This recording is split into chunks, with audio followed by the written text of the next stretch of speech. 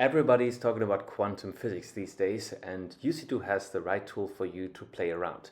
So we have cubes packaged in the QBox combined with the Seeed Studio microcontroller to perform a very cool quantum experiment. This is called optical detection of magnetic resonances, and in this sense you basically detect fluorescence where the fluorescence signal of a little diamond is heavily depending on the magnetic field.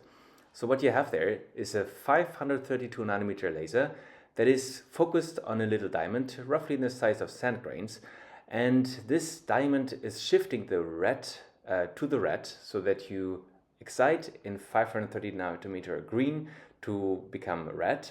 And then we have a little antenna connected to that where we sweep through the frequencies around 2 to 3 gigahertz, so it's almost Wi-Fi signal.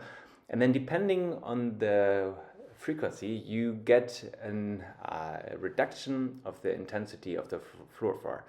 So that is quite remarkable because this is a very impressive, contact-free magnetic sensor, fully quantum-based. So this is a phenomena known for quite some time, but typically these experiments are actually very bulky. You need to have optical equipment, typically found in optical labs.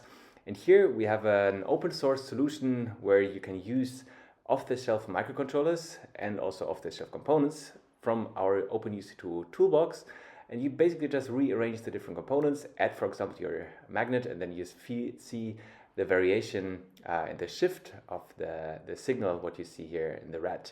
So we excite with the green laser, and the remarkable red signal is then detected by a little photodiode that you then can see on an app that is actually running on one of Seeed Studio's S3 Xiaos that is right under this cover here.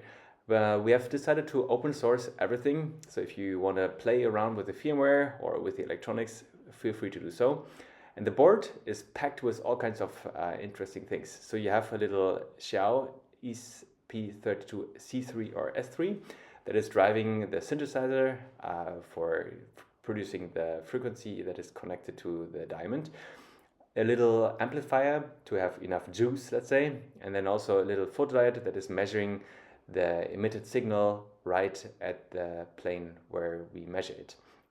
The whole board design is open source, so if you want to change that, feel free to go through our GitHub repository and contribute with new ideas for openUC2.